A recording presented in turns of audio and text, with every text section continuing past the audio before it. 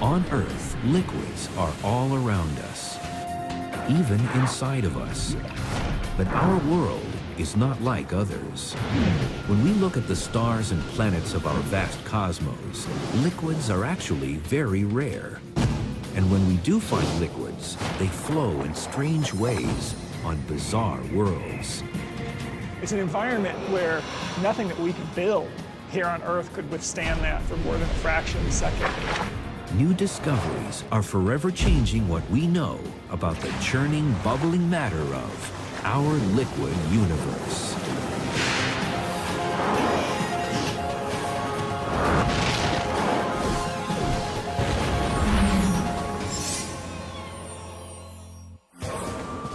Liquids cover nearly 75% of the Earth's surface.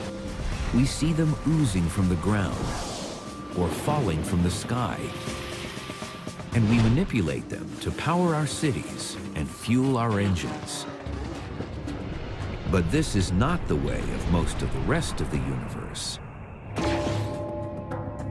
Liquids only make up a tiny fraction of all matter. Most of the universe consists of gas, either interstellar gas, the gas between the stars, or the gas within the stars themselves, or the atmospheres of planets.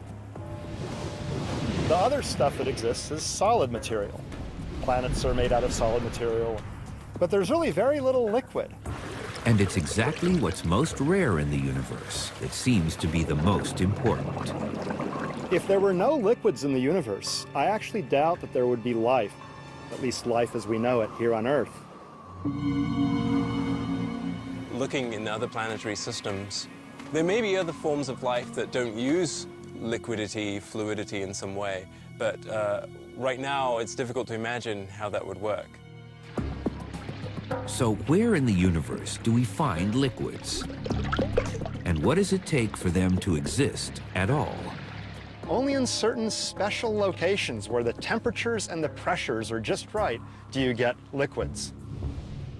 And one of those special places where the conditions are just right is on Titan, Saturn's largest moon. Titan is wrapped in a thick atmosphere 50 times denser than Earth's. But underneath the hazy orange sky, dimly lit by a distant sun and dominated by a stunning view of Saturn, lakes glisten. If we had a webcam on Titan and we were just looking out on the scenery, you could think you were on Earth, unless there was a thermometer in the image and you saw that the temperature was hundreds of degrees below zero. A cruel 290 degrees below zero, to be exact. And the liquid isn't water, but rather methane. When we think about the worlds of our solar system, there's only two worlds that have liquids at their surface. Low-density flowing liquids that could form lakes. And that's Earth with water and Titan with methane. But how can something that's a gas on Earth be a liquid on Titan? Titan is certainly not quite Earth, and the biggest difference is really the temperature. Titan is so much further away from the sun that it receives very little energy, and that makes it a very, very cold world. And that means that the same elements that we have on the Earth behave very differently on Titan. You could imagine a scene like this on Titan. But the liquid that's lapping up on the shore is liquid methane, clear, liquid, maybe a very tiny, gentle breeze like the one we're feeling here today, with just tiny waves coming up. And the whitish stuff that makes the shore is water ice. It's literally frozen water. It's hard as rock. So when we think of rock and water, in Titan, think of water ice as the rock and liquid methane as the liquid. Clearly, at such a low temperature, liquid water turns into solid ice. But which state any type of matter takes, liquid, solid, or gas, has to do with how the individual molecules, its building blocks, are interacting. It's a bit like how a flock of sheep will respond differently to different conditions. These sheep can be thought of as individual atoms or molecules, like molecules of water. And just like molecules of water, they can be in different states. For example, right now, they're kind of clustered together. They're not moving around very much. They're penned in.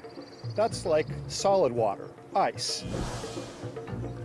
In a solid, the molecules are really penned in by their nearest neighbors. They're not allowed to move much at all. When water boils and steams into a vapor, it changes phases from liquid to gas. In a gas, the constituent particles, the atoms or molecules, are all wandering around in a kind of chaotic way. And they tend to move faster if the temperature is higher. And sheep wandering around in a wide open field, free to wander every which way they want, they won't necessarily stay together. They might go off in one direction or the other. That's like a gaseous state of sheep. They're far from one another, but there's a lot of space between them. Their motions are unconstrained. But liquid, like water, is magic. It's a state of matter in limbo, somewhere between the rigid structures of a solid and the random scatter of a gas. In a liquid, the atoms or molecules are somewhat constrained by their neighbors. They might pass each other up a little bit, but they tend to flow together. When sheep are in a flock, kind of constrained by the herders and flowing along from one place to another, that can be thought of as a liquid. They can pass each other up a little bit, but they're basically not wandering too far away from their nearest neighbors. They're all going together. They're all going with the flow, so to speak. On Titan, the frigid temperatures keep methane molecules stuck together in a liquid form. They're moving like sheep in a flock. On Earth, methane is naturally a gas, with its molecules floating around like those free-ranging sheep. To transform it to a liquid, so that the methane molecules are like a flock, scientists need to squeeze them together with 300 times normal surface pressure. One of the main uses of methane on Earth is for heating and cooking. And so methane is a great source for power, whether it's heat or some kind of propulsive power. Liquid methane is such a great source of power that NASA is testing it as a potential new rocket fuel. Up and burning, and lift Currently, spacecraft launch into orbit on the backs of fuel tanks filled with liquid hydrogen. Because it's lighter and denser than liquid hydrogen, launches burning methane could be cheaper. And like liquid hydrogen, liquid methane combusts readily because of the presence of oxygen. But on Titan, because the atmosphere lacks oxygen, methane isn't flammable. So Earth has nitrogen and oxygen, Titan has nitrogen and methane. And it's curious that these are the only two worlds in the solar system that have nitrogen as their dominant gas in the atmosphere. So in that sense, Titan is our sister world. Oxygen would be a dangerous explosive gas on Titan because it's surrounded by methane, the same way that methane is a dangerous explosive gas on Earth because we're surrounded by oxygen. On Titan, the liquid methane collects in pools, some as large as the Great Lakes. The lake country on Titan is the northern polar regions. Enormous number of lakes. We see one lake in the south. We don't really understand why all the lakes moved north and left one behind in the south. Why aren't there more lakes in the south? A recent discovery may have provided an important clue. In August 2009, researchers detected a sudden appearance of storm clouds around Titan's equator. This could mean that liquid methane mimics the water cycle on Earth, where water evaporates from lakes in one area and then rains to form lakes in another. In the desert landscapes of Earth, you have occasional cloudbursts where it rains very hard and the water rushes through the dry valleys.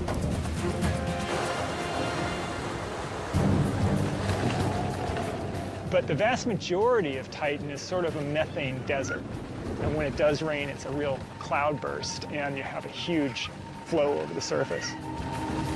So we actually think that in terms of the ability of methane to erode and carve channels and valleys on Titan, it would be very similar to the ability of water to carve valleys on the Earth.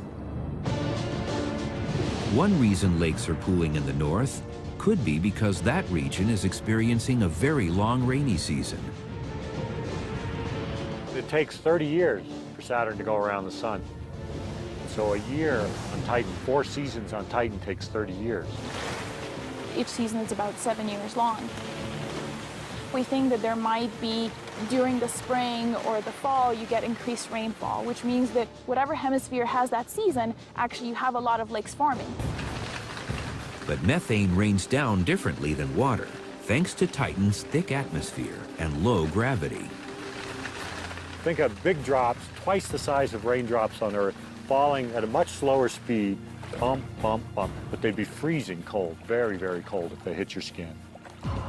But liquid methane is not liquid water.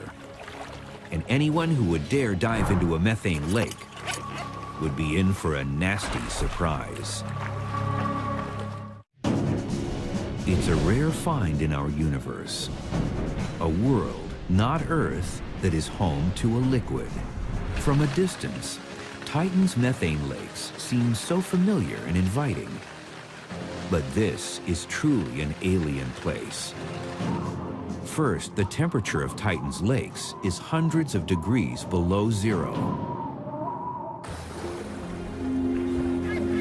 And assuming you could survive the cold, swimming in a methane lake would be a shocking experience for a totally unexpected reason. The density of liquid methane is much less than water, so you would be heavy in that, you would sink. I weigh 200 pounds. In water, my effective weight is very close to zero. In liquid methane, my effective weight would be 80 pounds. So imagine trying to tread water in a lake or a swimming pool with an 80-pound weight belt tied to you. That's going to be hard. That's what it'd be like trying to swim in a lake in Titan. Methane is so clear, divers might feel as though they were looking through liquid air. That's not the case in most water lakes. But water's opacity isn't just due to pollution. It's also the result of a natural characteristic of water, which turns out to be vital for life on Earth. In this picture, it's water. We're familiar with the properties of water. Here we have a liquid that looks like water, but it's not. This is a hydrocarbon. This is analogous to the liquid methane on Titan. They look the same, but they have very different chemical properties. To show the difference between these two liquids, I'm going to take some crackers, kind of things that we eat, starch, sugars, salt, and I'm going to put it in the liquids. So now we've got crackers in the water. I'm going to take a set of crackers, the same number of crackers, and I'm going to put them in our liquid hydrocarbon. Because water dissolves things so well, it's considered a powerful solvent. Methane, on the other hand, can't dissolve other materials as effectively. Look at these crackers coming out. This cracker is still as crisp as when we put it in. This is not a very good solvent. Water's dissolving power comes from its molecular structure. A water molecule is H2O, which means 2 hydrogens on an oxygen. And if you just think about the shape of the molecule, you've got your oxygen and 2 little hydrogens on one end. This structure means that one end of the water molecule has a positive charge and the other has a negative charge. So the little water molecules are like little magnets going around, stirring things up, repelling some things, attracting other things. By contrast, methane is a weak solvent. Methane is a carbon with 4 hydrogens on all sides. It's even, it has no polarity. It won't break up other molecules. Since water dissolves what it contacts, it can turn itself into a rich and sometimes murky soup. So here in water, organisms that have evolved to live in a rich soup like that, they're going to be small and compact. And that's what we see on Earth. Microorganisms are small and compact. They can get their nutrients from the water. But methane could be an appealing liquid for a different kind of life form. Imagine an organism on Titan looking at Earth and seeing the liquid water. It would just be appalled that anything would want to live in such a reactive, hot, aggressive liquid. And it would think, geez, that can't be life on Earth. The liquid there is much too difficult to manage. Any alien visitors might immediately be drawn to Titan or Earth because liquids flow right on the surface. Over 300 million trillion gallons of water slosh around on Earth alone. But that might not impress interstellar travelers very much, because none of Earth's 7 seas are the biggest or deepest oceans, even in our solar system. Jupiter, the 5th planet from the Sun, conceals an immense and bizarre liquid sea beneath its mysterious clouds. Reaching this liquid would require a spacecraft far beyond the limits of modern technology. It would have to somehow withstand incredible pressures and, more importantly, be able to stand up under temperatures that are much hotter than the surface of the Sun. At 1,400 times the volume of Earth, this giant planet is mostly made up of hydrogen and helium gas.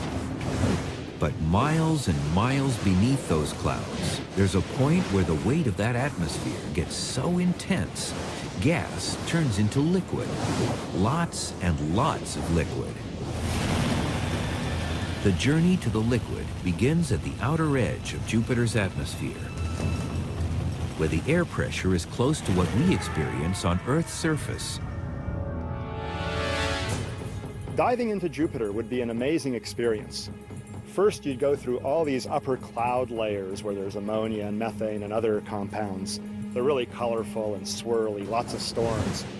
The explosion of color indicates a strange brew of chemicals mixed in the hydrogen and helium. Because there's a lot of different sulfur compounds in the atmosphere of Jupiter. So as you fall down through the upper layers of Jupiter, you would have the smell of rotten eggs. So a trip to Jupiter starts off in an unpleasant way.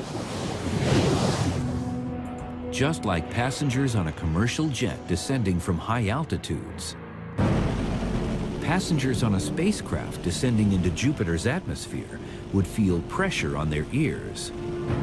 If you go deeper into the interior of a planet, the densities become higher, the pressures become higher, the gas is more compressed.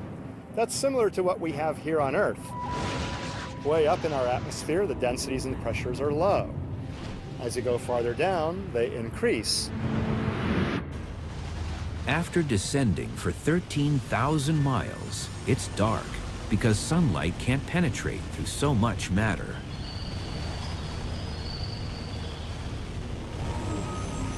At last, the darkness lifts. Light streaming from Jupiter's ocean lies just below.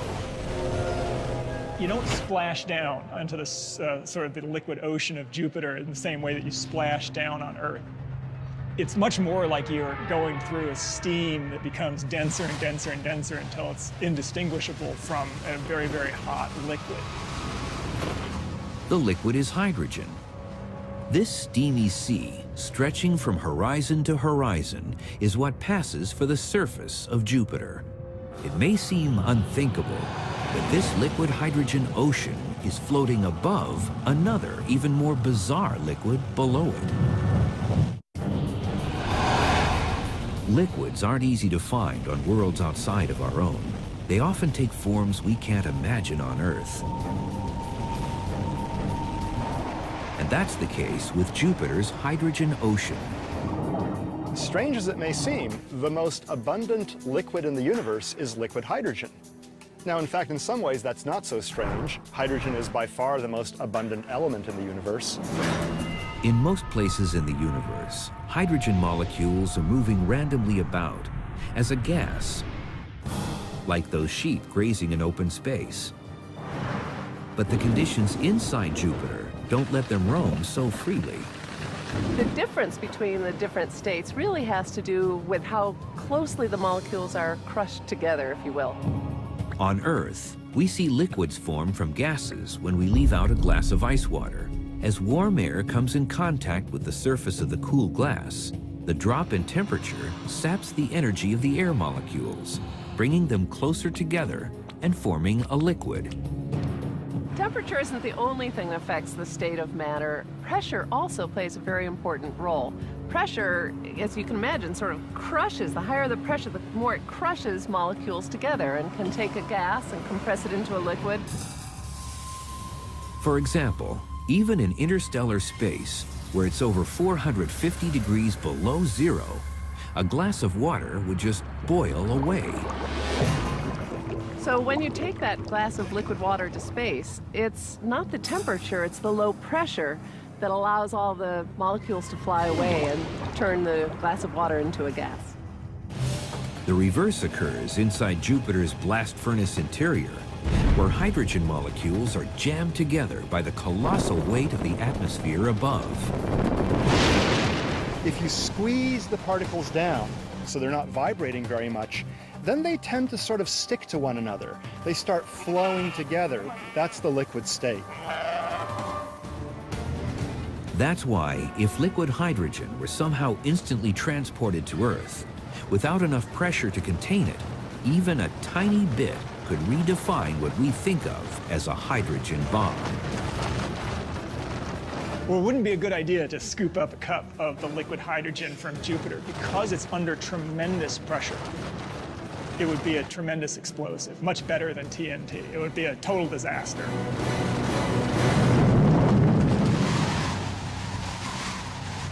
Inside Jupiter's liquid hydrogen ocean, it's over 17,000 degrees, hotter than the surface of the sun. The bluish glow at these depths signals that we've reached another type of liquid. It's still hydrogen, but in a very special form called metallic liquid hydrogen. It's brighter than the surface of the sun and far, far bluer than the surface of the sun. It's an environment where nothing that we can build here on Earth could withstand that for more than a fraction of a second.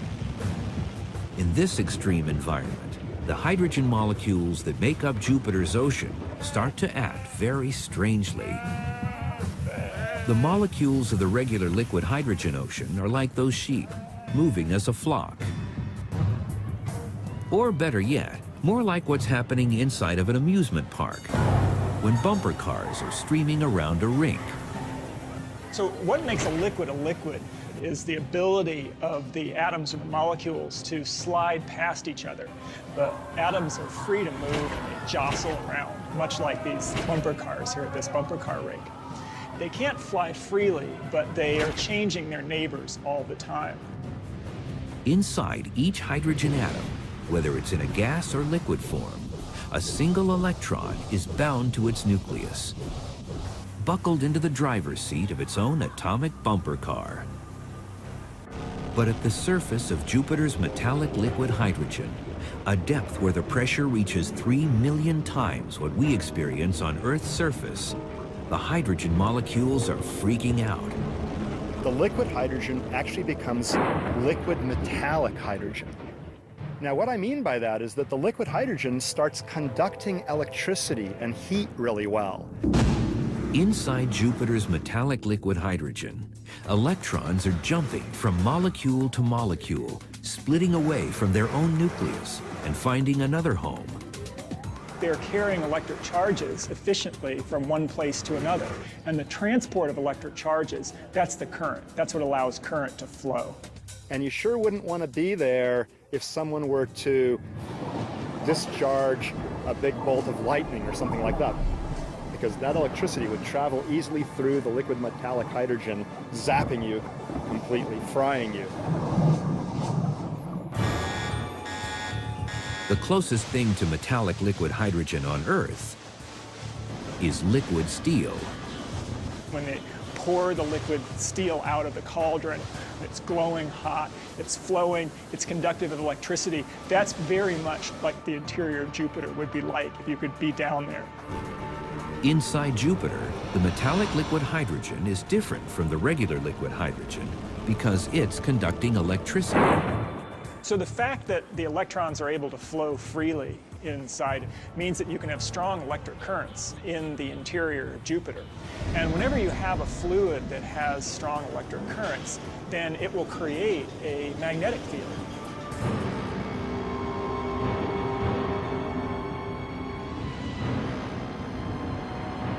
For over 4 million miles of space in each direction, Jupiter's magnetic field scoops up and deflects charged particles that naturally course through our solar system. But the largest and most powerful magnetic fields in the universe shoot out from curious stellar corpses known as neutron stars. These magnetic fields may also be generated by liquid. However, the interior of a dead star seems like the last place you'd expect to find anything flowing. A neutron star is like a big hunk of neutron material, just packed as tight as it can be. We call that matter degenerate because it can't get packed any tighter. Most materials, you push on them, they get denser. You push on them harder, they get denser. Not a degenerate material. You push on it, it's not going anywhere. Neutron stars are roughly a dozen miles in diameter, about the size of a large city. Neutron stars are so massive, and the mass is compressed into such a tiny region that it basically has started to warp space itself. Visiting its surface is impossible. Anything that you could build out of ordinary material would be immediately flattened and crushed on the surface of a neutron star. Neutron stars, the gravity is so high that even the highest mountain range on a neutron star is just measured in literally millimeters. Could liquid possibly exist inside this hostile environment? Surprisingly, the answer may be yes. Some scientists believe that neutron stars are not solid to the core. In fact, their interiors may be moving so freely they could be filled with something called superfluids, liquids with no thickness or viscosity. Viscosity is a measure of how resistant a fluid is to flowing. So a low viscosity material like water flows very easily. I mean, you can see how quickly it falls into this bowl. But honey, on the other hand, is very viscous, and it flows more slowly. The thicker a fluid is, or the more viscous, the less it flows, the less things can move around in it. A superfluid has zero viscosity, a liquid so thin it never stops flowing. So in the bizarre fluid inside a neutron star, it has what we call a superfluid property. And so what that means is that if you start up some sort of current, you're able to start up a vortex inside a neutron star, then it will just keep going and going and going, and it won't die out. There's no viscosity that causes these currents to dissolve away. Some neutron stars spin like tops, rotating several times every second. And just like the metallic liquid hydrogen works for Jupiter, a superfluid interior sloshing energetic particles around spawns a massive magnetic field, except that a neutron star's magnetic field is millions of times more powerful. Our planet has its own liquid churning deep inside. Although no one has ever seen it, life on Earth wouldn't exist without it. Life as we know it wouldn't exist without liquids. On Earth, you might think it's water that's most critical. But there's another earthly liquid that's just as vital. 1,800 miles below the Earth's surface, where it's a scalding 7,000 degrees, a sea of liquid iron over 1,000 miles deep engulfs the solid inner core of our planet. But how can scientists be sure what's inside the Earth? That's exactly what Gina S. from Danbury, Connecticut wanted to ask the universe when she texted us. How do we know the Earth has an iron core if we've never seen it? Thanks for the question, Gina. It turns out that scientists can often infer things indirectly, even if they can't see them directly. For example, we know that the Earth has a liquid iron outer core and a solid iron inner core because Earth has a big magnetic field. And motions in this electrically conducting liquid iron core are what produce the magnetic field. Without a magnetic field, life on Earth's surface would suffer. If it didn't exist, then all these charged particles coming from the sun and from outer space would go zipping through our atmosphere and interact with living cells, causing lots more cancerous mutations. Unlike at the core, the conditions at the Earth's surface freeze iron into a solid so strong we turn to it when we need to construct tall office towers or long bridges. But in distant corners of the galaxy, there are worlds so naturally hot and dense that iron is nothing more than a steamy drizzle. They're out there, mostly overlooked and misunderstood. Too big to be planets and too small to be stars. They're known as brown dwarfs. These objects are like supersized versions of Jupiter, gas giants, except up to 75 times more massive. Brown dwarfs, in a sense, are failed stars. They didn't have enough mass ever to produce sufficiently high temperatures and pressures in their interior to ignite normal hydrogen and burn it for a long time. But these objects are still very hot, and despite their names, not brown. If you were right there, it would be glowing sort of a cherry orange red. A lot of heat coming off, so you would get burned in the vicinity of a brown dwarf. These objects are so hot that brown dwarf clouds aren't made of water vapor like on Earth, but rather gaseous iron vapor. In the interior of the brown dwarf, where the pressures are sufficiently high, the gaseous iron can condense into a liquid and can actually rain down as liquid droplets of iron. That is really cool. That's right, it rains iron on brown dwarfs. Fortunately, we don't have iron rain here on Earth, but if we were to have it, it wouldn't be very pleasant at all. There'd be these hot blobs of iron hitting your head and your cheeks and your arms and burning them, scalding them, and plus being pretty heavy. You know, if you get hit by a rapidly moving droplet of iron, that wouldn't feel very good. Liquid iron never falls on Earth, but it might be happening right now, all across the universe. Our galaxy is really teeming with brown dwarfs. There's tens of billions of brown dwarfs in our galaxy, almost as many as there are actual stars. But our galaxy is also flooded with smaller worlds, rockier and cooler, more like Earth. One of the most amazing things that happened recently, that we found the first planet that could potentially have water on its surface. The planet is in a solar system orbiting a star named Gliese 581, about 20 light years from Earth. The fourth planet out, Gliese 581d, circles so close to its star that one of its years lasts just 66 days. But that's a good thing if we want to find a planet with water on its surface, because Gliese 581 is smaller and cooler than our sun. Estimates have revealed Gliese 581d to be 10 times more massive than Earth, with a diameter that is twice as wide.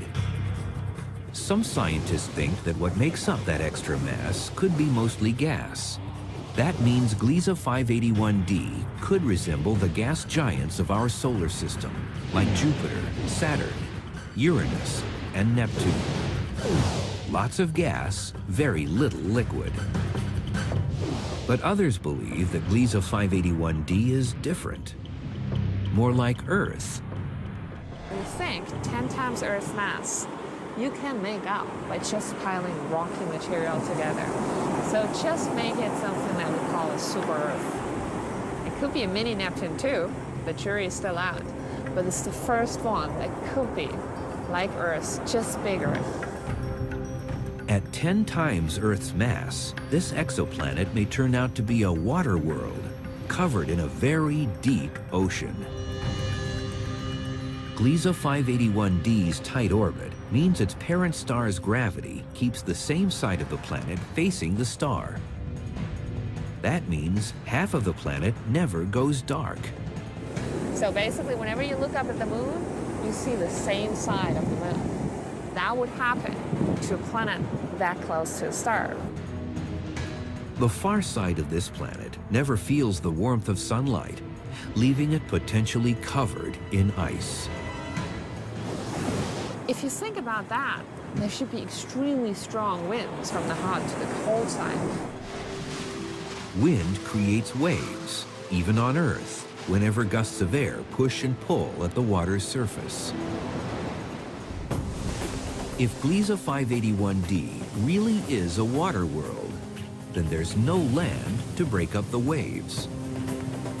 You have waves mile high that keep going and keep going for miles. So if you like surfing, that's definitely where you want to be. There might be a hard surface underneath this super ocean, but it's unlike anything we know on Earth. It's a state of solid water known as Ice 7. Instead of sheep or bumper cars, let's imagine water molecules as individual aluminum cans dumped into a container. At typical Earth temperatures and pressures, they interact and move together as a liquid. When they freeze, water molecules lock together into solid ice. It's a molecular structure of water that scientists refer to as Ice 1. Now, Ice 1, the one that you and me are actually used to, this is just because it doesn't have much energy left to move, because it gets so cold. The massive ocean of a water world would be hundreds and hundreds of miles deep. Just like on Earth, the deeper the water, the greater the pressure. If the pressure is great enough, something funny happens to water. It turns solid, into a kind of hot ice. If you raise the pressure of a liquid, you can generally turn it into a solid because you're squeezing the atoms and molecules so close together that they feel penned in. They can't move past one another. They can't flow. Higher pressures can create a variety of solid ices with internal structures different from frozen ice, or Ice 1. The difference between anything like Ice 1, 2, 3, 4, 5, 6, 7, we think it goes to 10, but it could go any further, is actually the pressure. The difference between what we used to, Ice 1, and the other ices is that on the other ices, there are pressures that actually act on these cans. On a planet this big, the water pressure can reach levels millions of times what we experience anywhere on Earth. That means Ice 7 could be forming underneath the oceans on Gliese 581D. Diving down there, water, 70% of your body would actually become ice. So probably not the best option. So for now, right now, technology-wise, we probably have nothing that can go down and explore it. But if we're just looking for liquid water, we don't have to travel outside our own solar system. We have a neighbor that has more water than all the oceans of Earth combined. In a universe of liquids, Jupiter's moon Europa appears to be an unlikely place to find some. It's an Arctic wasteland, sheathed in water ice and riddled with cracks. It's like looking down on ice floes in the Arctic or Antarctic. See cracks that have been just offset from one another and suggesting that the surface is kind of floating around on top of a liquid underneath. And it's not just a splash of water either. Beneath a layer of ice 60 miles thick lies an ocean 60 miles deep. That's deep. That's a lot of drilling you would need to do if you're going to go ice fishing on Europa. Smaller than our moon and nearly 3 times farther away from the sun, As tiny Europa orbits, it passes through Jupiter's magnetic field. But it's another mighty Jovian force that keeps a world so far from the sun from being frozen solid. It gets energy from the gravitational tug of Jupiter. Jupiter is very massive, and it pulls tides on Europa much the way the moon pulls tides on Earth. Jupiter's gravity teams with the tugging and shoving of the other satellites in nearby orbit to mash and stretch Europa. The resulting friction heats and melts the moon's interior. What's left, ground up inside Europa, is salt water. It's mainly H2O, plain old water, but dissolved in it are salts and other materials, just like our ocean has salts and minerals and things dissolved in them. The best analogy for the water on Europa would be water from the Dead Sea in Israel, where you have a very, very high concentration of salt. Not a good place to get your bottled water from.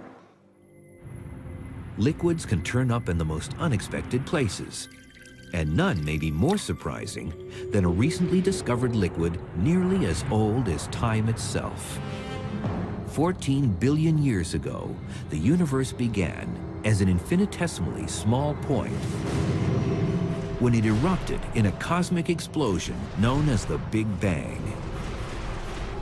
It rushed outward, expanding and expanding, exotic particles and gases cooling and coalescing into stars, then solar systems and galaxies. But let's rewind the clock to a time just after the Big Bang, before protons and electrons combined to form the first atoms. Everything was running into each other and smashing into each other, so that what was going on was that there wasn't enough freedom for the particles to sort of settle down and clump into the things that we're familiar with now.